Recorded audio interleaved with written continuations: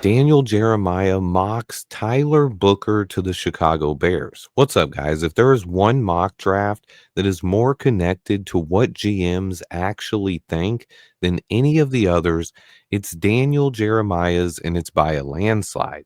There are a few reasons why I believe it was necessary to talk about this one. First, Daniel Jeremiah's view of Booker being a potential top 10 pick is huge.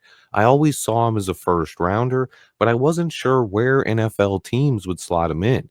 But this says teams view him as one of the top 10 to 15 players in this year's upcoming draft. And the Bears taking him at pick number 10 might actually be a realistic option here. Now, let's not get ahead of ourselves. Booker would need a strong NFL combine and off-season workout period, as well as other things to happen for that to fall in place. Most people will probably still not want the Bears to take a guard in the top 10. But here's why I wanted to talk about it.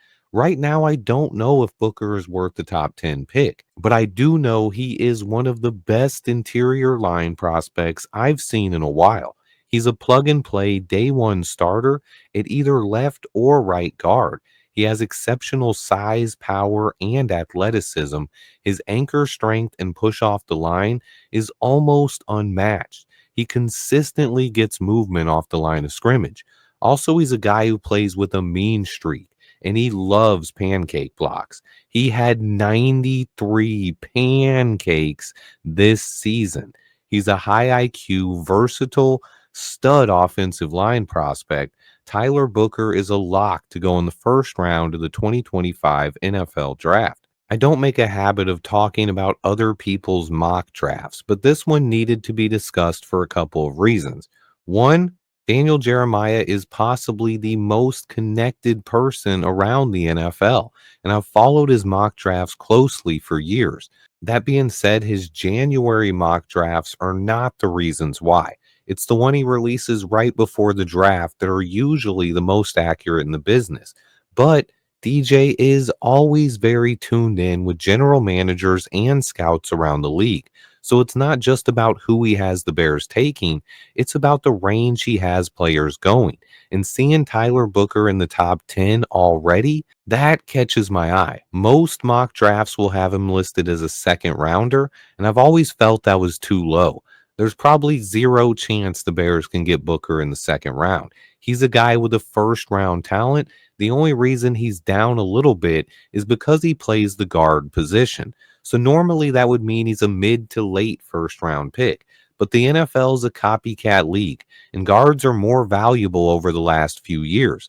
We had our first ever $100 million contract go to an interior lineman in free agency last year. And when an exceptional guard comes out in the draft, such as Quentin Nelson before to the Colts, they are definitely worth top 10 picks. So now the question is, does Booker live up to that billing? Honestly, I don't know.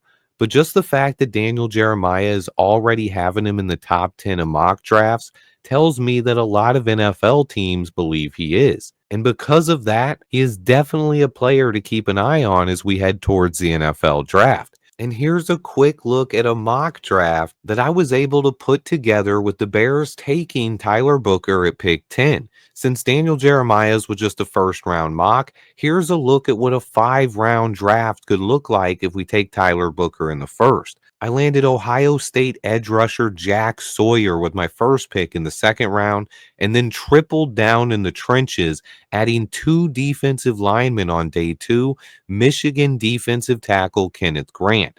In this kind of offseason mock draft, I went with the hope that maybe, just maybe, we're able to land Trey Smith in free agency. So our offensive line upgrades would be this. We would probably bring Coleman Shelton back for another year at center. I drafted Jonah Monheim late.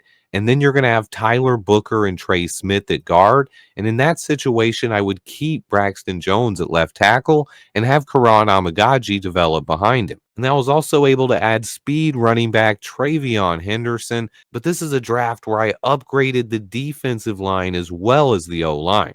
And I will say this, guys, if the Bears could somehow land both Trey Smith and Tyler Booker, the interior of this offensive line would go from one of the worst in the league to easily a top 10 unit. My early big board has Tyler Booker in the top 15. He's easily my favorite interior line prospect in this class, but after seeing that the NFL may have him ranked this highly as well, I'm going to be putting on some Alabama All 22 tape as a priority going forward. I will be doing a full scouting report of Bama's stud guard Tyler Booker coming soon, but definitely keep your eye on this guy going forward.